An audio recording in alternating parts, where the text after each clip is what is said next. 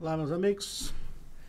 Estamos iniciando aí mais uma aula do nosso Instituto Imersão, e aula que vai estar sendo postada tanto no YouTube quanto lá nas aulas gratuitas do Instituto Imersão. Um tema muito importante que nós vamos falar sobre avaliação da incapacidade laborativa. Peço para vocês se inscreverem lá no nosso site, no tema E, e também nas nossas mídias sociais. O Instagram do Instituto Imersão, tanto o Facebook do Instituto Imersão. E além disso temos o Instagram do Prof. Penteado, Professor Penteado. Busca lá e sejam os nossos seguidores aí nas mídias sociais. Lembro também aí o nosso site do Instituto Imersão, onde nós temos aulas gratuitas, os nossos cursos, os cursos online, os cursos presenciais, as aulas gravadas, temos tudo lá. Acessem então aí o nosso site do Instituto Imersão. Nós vamos falar de um tema interessante hoje nessa aula, que é sobre a avaliação da incapacidade laborativa, que é um tema que é muito discutido aí, principalmente se a gente deve usar tabelas como SUSEP, DPVAT, etc. e tal, para fazer a avaliação dessa incapacidade. Pois bem, qual que é a importância do trabalho para o ser humano? Isso é muito legal. Não é só se manter financeiramente, né? Obviamente, ganhar sua grana é importante, não é isso? Mas a gente não trabalha só pelo dinheiro, né? Trabalhar nos traz também uma ação transformadora e criadora. Então, toda vez que a gente está bolando uma aula, bolando um curso novo, né? A gente sabe que nós vamos ganhar uma grana com isso. Mas essa importância assim, de estar se sentindo útil, de ter um propósito, de estar fazendo alguma coisa para a melhoria aí dos laudos trabalhistas, para a melhoria da justiça, para a melhoria do conhecimento dos nossos colegas, né? Isso é importante, e o trabalho é um propósito para a sua existência, não é isso? E representa muitas vezes a própria identidade da pessoa. Veja bem, nós passamos por um período de pandemia, ver que dificuldade que nós tivemos com as faltas de trabalho, né? E quando a gente diz que representa a identidade da pessoa, eu vou citar, por exemplo, o meu falecido sogro. Ele trabalhou 30 anos, né, vendendo tratores agrícolas, né? E aí ele era conhecido como o Toninho da Fiat. Não era o Toninho Anella, não era o Antônio Anella, era o Toninho da Fiat, né? Quando fala do Penteado, quem é o Penteado? O Penteado é o perito que faz perícia, né? Então, o trabalho representa muitas vezes a nossa identidade. Então, por isso é importante aí a importância do trabalho para a vida do ser humano, né? Algumas citações, né? Escolha um trabalho que você ame e não terá que trabalhar um único dia da sua vida. Vocês já ouviram falar muito disso? Quem disse isso foi Confúcio, em 500 lá antes de Cristo. Uma pessoa continua a trabalhar porque o trabalho é uma forma de diversão. Veja bem, quando o trabalho já não é divertido para você passa a evoluir até para um burnout, não é? Não é verdade? Esgotamento, cansaço, né? O trabalho tem que ser uma forma de diversão. Só que temos que ter cuidado, para que também não deixarmos essa diversão tornar-se demasiadamente penosa, porque aí vai evoluir para doenças relacionadas aí ao trabalho. Quem disse isso foi Nietzsche.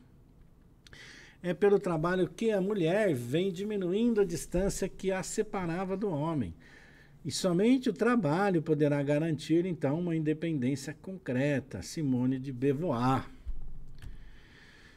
Quando nós falamos de bem-estar no trabalho, eu tirei isso aqui do livro lá do Ergonomia do Corpo e Cérebro do Trabalho, do grande mestre Hudson de Araújo Couto, né? Então, olha o que nós temos que ter para ter um trabalho, um bem-estar no trabalho. Tem que ser higienicamente adequado, né? Então, e ergonomicamente adequado. Então, é difícil você trabalhar num local sujo, num local com riscos ergonômicos pesados, esforço físico intenso, né?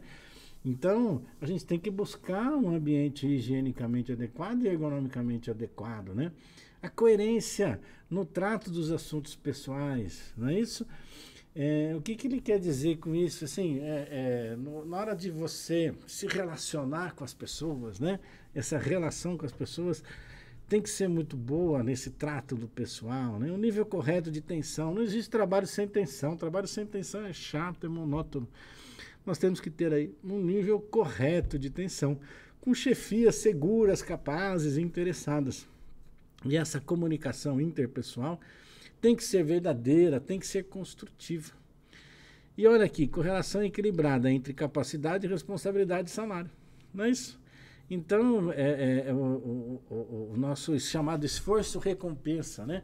Quanto maior o nosso esforço, melhor a nossa recompensa. E, obviamente, um ambiente eticamente adequado. Sua empresa preza pelo estar no trabalho? Pergunto a você. Como é que é seu índice de absenteísmo? Às vezes a pessoa pede para a gente, doutor, eu queria que o senhor visse aqui, a empresa tem muito atestado e tem que cortar, se o pessoal não gosta de trabalhar, não é. Se o índice de absenteísmo seu é alto, algo não está indo bem com a sua empresa, né? Algo está acontecendo nisto aqui que não está deixando a sua empresa evoluir da maneira adequada e ter menos absenteísmo, né? Tem muito acidente, algo está acontecendo ali. Existem muitas ações judiciais, há muitos afastamentos do INSS, há dificuldade no retorno do trabalhador do órgão previdenciário, ele não quer voltar nem a pau. Então, gente, é importante o empresário analisar tudo isso, né? Não colocar nas costas do trabalhador algo que não é culpa dele, né? Muitas vezes são fatos e atos que ocorrem dentro da empresa e que trazem todo esse não bem-estar, mas um mal-estar no trabalho. Isso pode levar a um índice alto de absenteísmo, pode levar a doenças ocupacionais, pode levar a acidentes de trabalho e pode levar à incapacitação no trabalho, né? Quando a gente fala de reparação do dano corporal por uma doença ou um acidente de trabalho, nós temos essa seguinte sequência. Uma lesão, ela vai evoluir ou para cura total ou para consolidação com sequelas. A maioria das lesões evoluem para cura total. Eu tive uma bursite, afastei 30 dias do trabalho, curei da bursite, acabou, ponto final. Tive uma tendinite do ombro, afastei 60 dias do trabalho, fiquei bom, curei, voltei ao trabalho, tudo normal. Tenho várias vezes essa tendinite, ela evolui para uma tendinopatia crônica, então ela não tem mais a cura total, ela tem o que a gente chama de consolidação com sequelas. Esse período que leva da lesão até ou a cura total ou a consolidação com sequelas, nós denominamos de danos temporários. E na reparação total do dano corporal, nós vamos avaliar este período de danos temporários, se houve um déficit funcional temporário, se houve uma incapacidade laboral temporária e quais os sofrimentos padecidos. Teremos, gente, 2 Quick Class pelo Instituto Imersão, ainda agora este semestre, que será sobre como avaliar o sofrimento padecido e outra como avaliar o dano estético. Serão 2 Quick Class.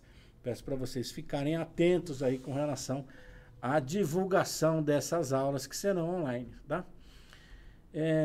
Quando ele evolui para cura total, acabou o ponto final. Se evoluiu com uma consolidação com sequela, significa que houve um dano permanente. E esse dano permanente pode levar a um déficit funcional permanente, uma incapacidade laboral permanente, ou uma redução da capacidade laboral permanente, um dano estético, uma repercussão para as atividades da vida diária e repercussão para a vida sexual, etc., necessidade de terceiros, etc., etc., etc. Normalmente o pessoal só está avaliando o déficit funcional, alguns, e a incapacidade laboral. E quando a gente vai falar isso numa avaliação, é importante a gente entender as diferenças entre um déficit funcional e uma incapacidade laboral. Por quê? Nós temos lá no Código Civil alguns artigos que são importantes vocês terem conhecimento. O artigo 186, que é: aquele por ação, omissão voluntária, negligência ou imprudência violar direito a outra e causar dano, ainda que exclusivamente imoral, comete ato ilícito. Então, Qualquer coisa, o empregador que for responsável por um dano, o colega que bateu no outro colega é responsável pelo dano, um acidente de trânsito em que o motorista é responsável pelo dano do outro motorista. Então, tudo isso está lá no Código Civil. Você, por ação ou omissão, negligência ou imprudência, violar o direito, será obrigado a indenizar. O artigo 927 diz que aquele que por ato ilícito causar dano a alguém ficará obrigado a repará-lo, ou seja, vai ter que pagar. O dano, então, é toda perda corporal ou material que ocorre em consequência a um evento determinado, levando a uma perda, deterioração da pessoa nos seus bens e nos seus valores. Como é que vai ser essa indenização? São dois tipos.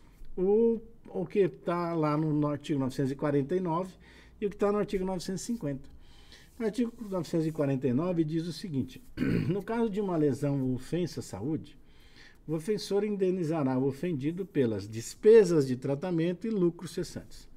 O que é essa despesa? Tudo que o cara gastou. Então, vamos supor que um trabalhador, nós estamos falando de trabalhador, teve que pagar um médico particular, teve que fazer fisioterapia particular, etc. e tal.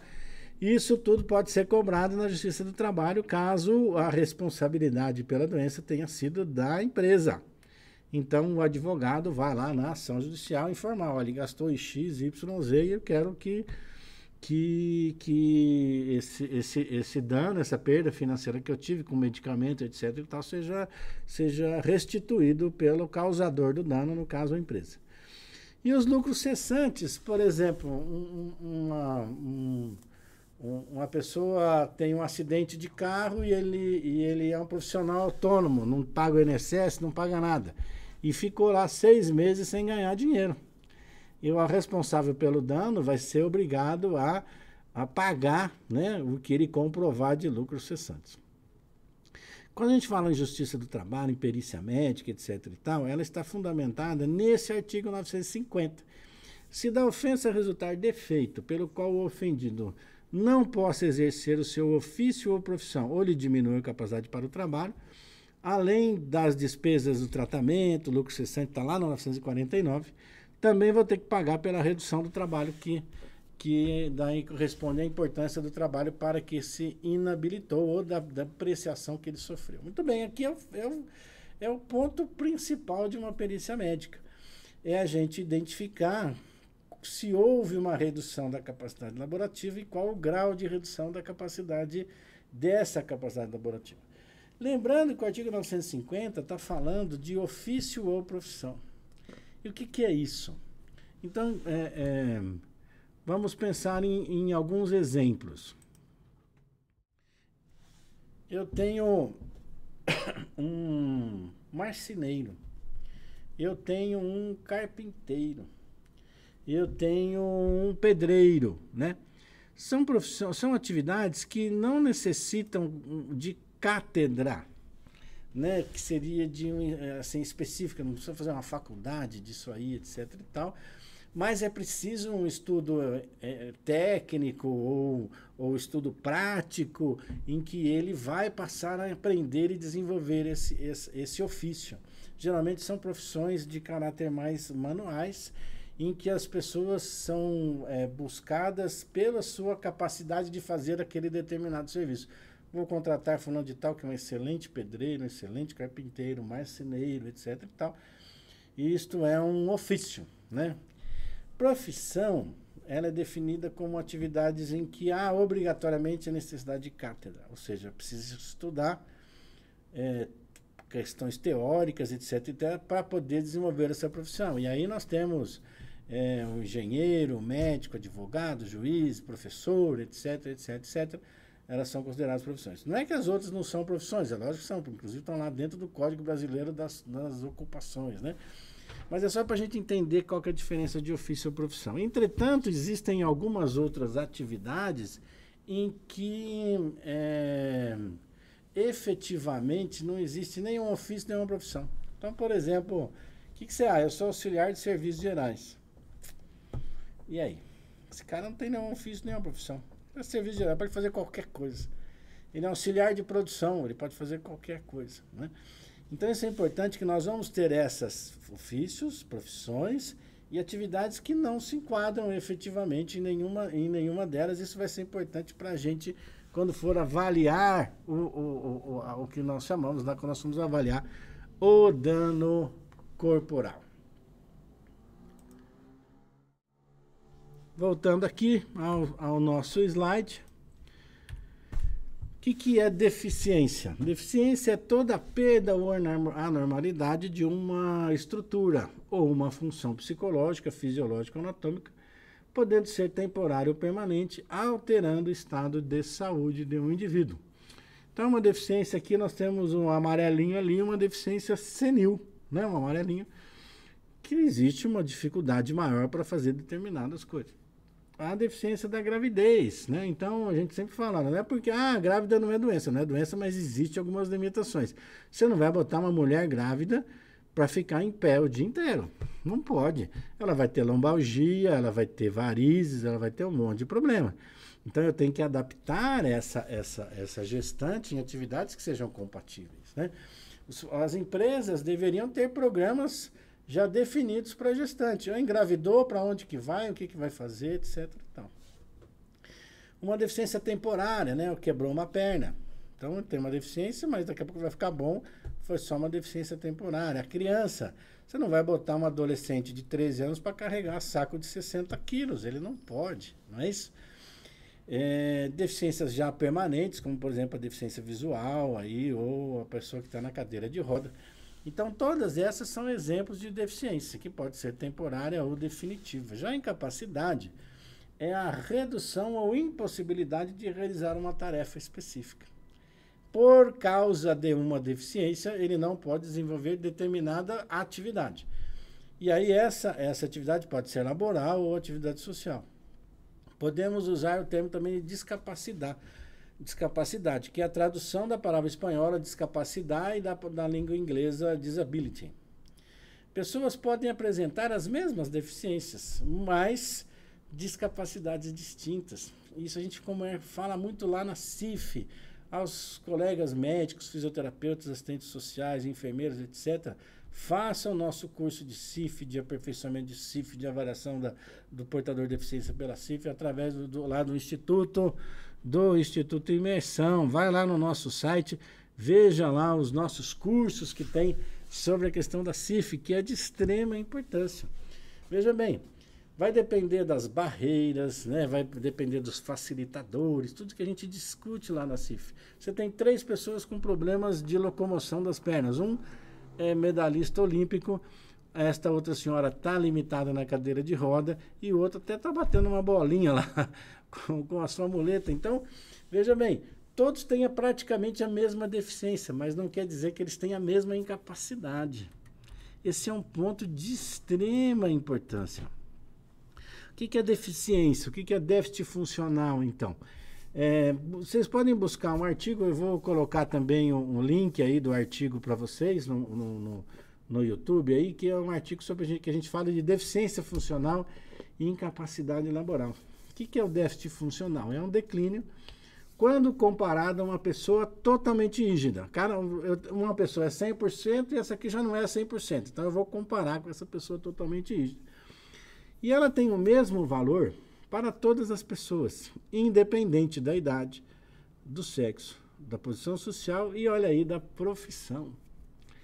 Então, eu não posso utilizar só o item deficiência funcional para falar que existe uma redução da capacidade laboral, porque ela independe da profissão. Então, aquele cara que perdeu uma mão é para todo mundo, é para o velho, para o idoso, para o jovem, para a mulher, para o homem. Tá certo? Então, perdeu uma mão, é 60%, ponto final. Nós vamos depois ter que olhar a incapacidade relacionada a isso, né? Então, a valoração do déficit funcional traduz, então, em números a redução do potencial, seja físico, psíquico, intelectual, que estão relacionadas com as sequelas das lesões ocorridas, independente da sua profissão. Existindo um dano, existirá um déficit. Esse déficit pode ser por um período só ou definitivo. Então, a pessoa teve uma bursite, teve um déficit funcional de 5% durante 30 dias, depois acabou, né? Então, existindo um dano, existirá um déficit, que pode ser temporário ou definitivo. Agora, a existência de um déficit definitivo ou permanente não implica efetivamente, exclusivamente, que exista uma incapacidade específica, seja laboral ou não, do lesionado. Eu vou ter que avaliar a atividade laboral. A incapacidade laboral ela é dividida em temporária, definitiva, parcial ou total, e é o desempenho das funções específicas de uma atividade. Pode ser para uma profissão, pode ser para várias profissões ou omniprofissional, para todas as profissões, que aí nós chamamos de invalidez. A invalidez, pelo previdenciária, é aquele que não pode trabalhar em nenhuma atividade, não pode ser reabilitado em nenhuma atividade. A gente fala muito em baremo, em SUSEP, DPVAT, etc. Para que serve um baremo? Um baremo é uma fórmula de cálculo, existem tabelas no mundo inteiro que são feitas para avaliar a deficiência funcional independente da profissão. A SUSEP ela é um baremo nacional. E ela é utilizada para determinar o valor da indenização a ser paga ao segurado, definindo a porcentagem sobre a importância assegurada de acordo com as sequelas existentes após a conclusão do tratamento. Vírgula. Independente da sua profissão. SUSEP é um baremo? Sim. Foi criada para valorar a incapacidade laborativa? Absolutamente não. Existe alguma tabela ou baremo no mundo capaz de informar? Existe a nossa metodologia VILI, que nós vamos só citá-las e vamos pedir para vocês entrarem no nosso site posteriormente. O que as tabelas e baremos informam? Qualquer um deles. O déficit funcional independente da profissão. E aí, como que eu faço para valorar a incapacidade laboral? Né? A dúvida prudente é considerada o farol do sábio. Como que eu vou valorar a incapacidade laboral se não tem nenhuma tabela específica no mundo para valorar essa incapacidade? Então, no déficit funcional, você vai ter lá o baremo português, argentino, europeu, a SUSEP, DPVAT, tem um monte, peruano, mexicano, americano, tudo quanto é lugar você tem, tá certo? Mas eles avaliam apenas o déficit funcional, eles não avaliam a incapacidade laboral.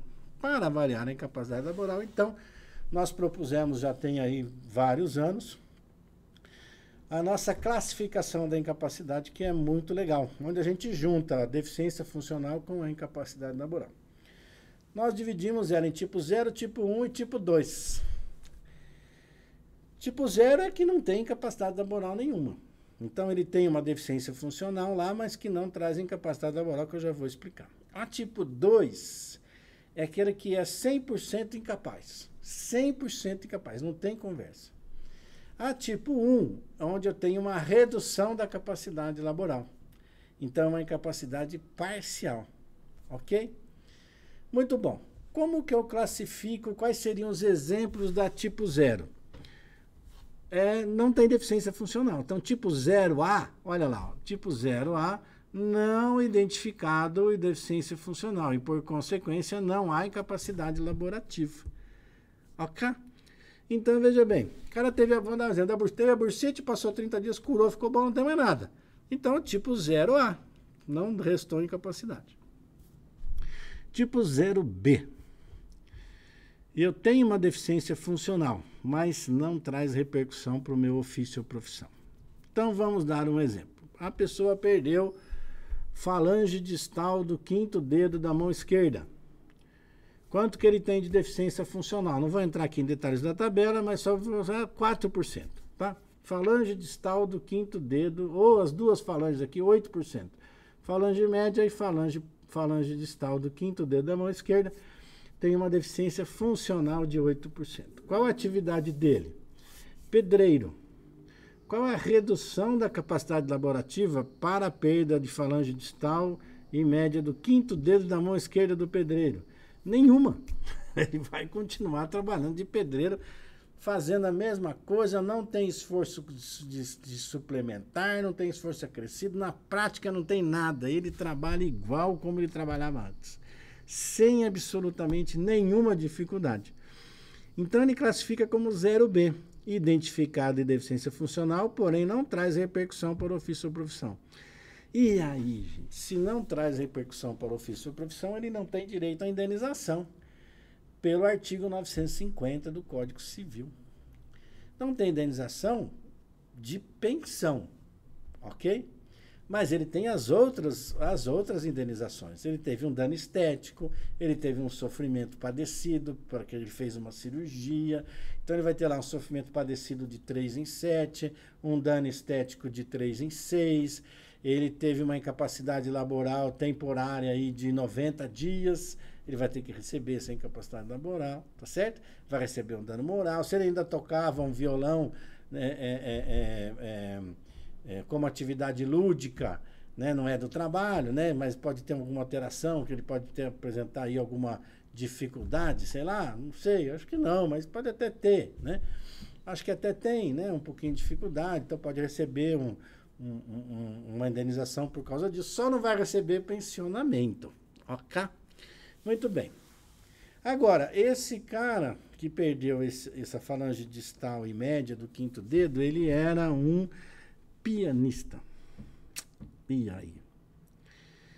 Ele tem uma deficiência de 8%, e como pianista, ele vai ter dificuldade para fazer algumas notas? Vai ter. Ele vai ter um esforço acrescido para determinada situação quando ele estiver tocando esse piano? Sim, ele vai ter.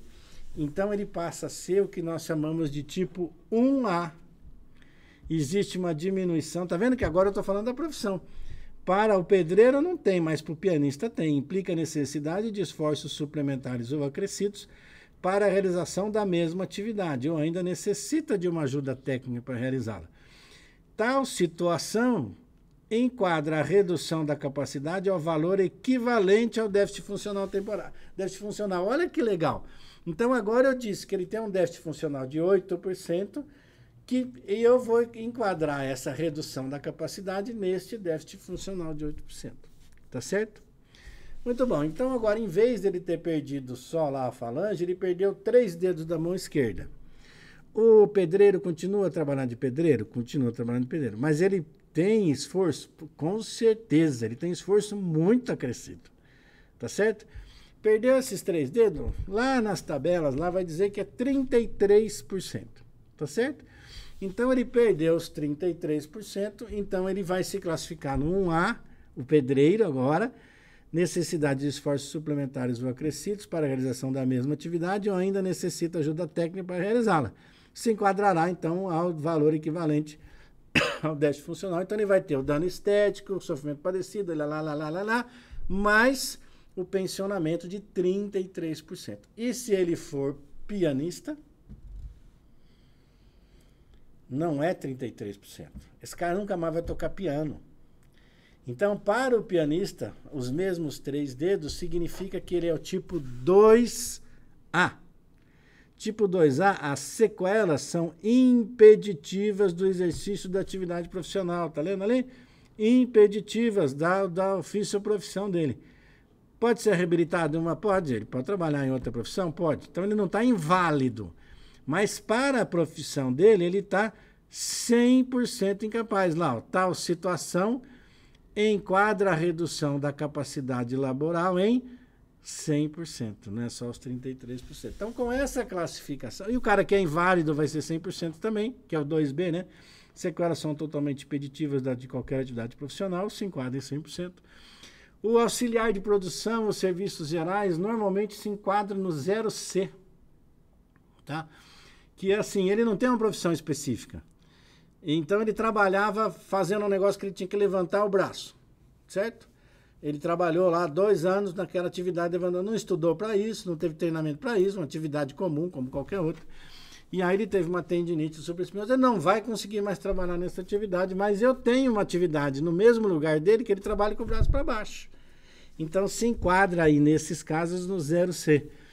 É uma deficiência funcional que não causará redução da capacidade laborativa desde que realizado o trabalho em condições ambientais e ergonômicas corretas. Então, ele continua trabalhando como auxiliar de produção, ele continua trabalhando como serviços gerais e sem esforços acrescidos, porque ele está trabalhando numa condição ambiental e ergonômica correta. Ok? Então, esse é quando a gente classifica o 0C. Tá certo? Vamos dar um exemplo aqui de um processo. Esse aconteceu muitos anos atrás.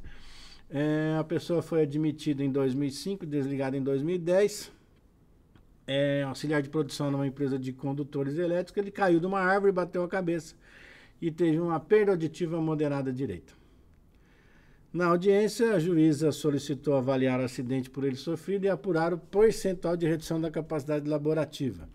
O perito, na época, deu o nexo, não vou nem discutir o nexo, faz de conta que é verdade, que o nexo estava certo, mas ele diz lá assim, que o autor tem 10% de redução da capacidade laborativa de acordo com a tabela da SUSEP. Ah, não, até o cachorro, até o cachorro assustou quando eu falei isso.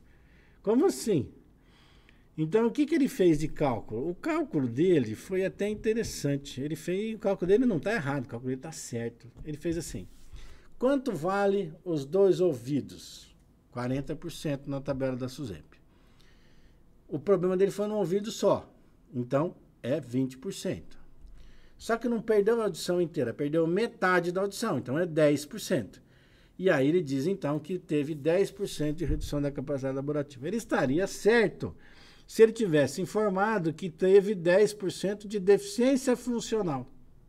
Aí eu concordaria tranquilamente. Mas para ser auxiliar de produção numa empresa, ele pode ser com uma perda moderada no ouvido direito? Lógico que pode. Tem redução da capacidade laborativa? Nenhuma. O trabalho dele é manual, não precisa do ouvido para trabalhar. Então ele não tem redução da capacidade. Teria um déficit funcional, mas sem redução da capacidade laborativa. Olha aqui esse exemplo. A gente apresenta sempre esse exemplo, que foi o que eu falei lá. O cara perdeu falange proximal e média, falange distal e falange média do 5º dedo da mão, né? Então perdeu aqui a média e a distal. Na tabela da SUSEP, o dedão vale 18, esse vale 15, esse vale 12, esse vale 9 e esse vale 12. Esse vale 18, então ele tem 2 falanges, então cada uma vale 9. Esse vale 15, cada falange, se ele tem 3 falanges, cada falange vale 5. Esse vale 12, são 3 falanges, cada falange vale 4. Esse vale 9, cada falange vale 3. E aqui cada falange vale 4, porque é 12. Então, ele perdeu 2 falanges, então ele teve um déficit funcional de 8%. E a incapacidade laboral dele, qual que é a incapacidade laboral dele? Nenhuma. É só olhar a mão dele, né? Veja bem que ele está trabalhando normalmente com essa mão. Olha só a quantidade de calosidades e sinais de atividades laborativas que nós temos em ambas as mãos deste funcionário, né? Quando o pedreiro é fácil, quando é pianista é fácil. O nosso problema acontece quando o pedreiro também é pianista. Como é que a gente vai fazer para valorar isso? É um pouquinho mais complicado. Convido vocês a assistirem, a entrarem no nosso site, chama valoraçãodaincapacidade.com.br. Tá aqui, tá? Nós vamos colocar esse link também aí para vocês. Tem um e-book que vocês podem baixar de graça da metodologia Ville. Tem também lá, além do e-book, tem um vídeo, uma videoaula falando da metodologia Ville, valoração da incapacidade laborativa. Então eu convido vocês a irem lá, né, nesse site e curtirem lá, avaliarem, verem e passarem a usar essa metodologia aí para a avaliação da incapacidade. Muito obrigado, eu agradeço aí de coração vocês por estarem assistindo aí as nossas aulas da metodologias, né, que temos aí no nosso canal do YouTube. Divulguem pra gente, tá? Se inscreva no canal do YouTube, curte, clica aí no joinha, divulguem, porque isso é importante, porque quanto mais pessoas estiverem assistindo, divulgando e compartilhando, o YouTube entende que as aulas são boas para poder informar em outras plataformas, em outros sites de buscas, ok? Então eu agradeço muito a vocês. Obrigado. Até a próxima.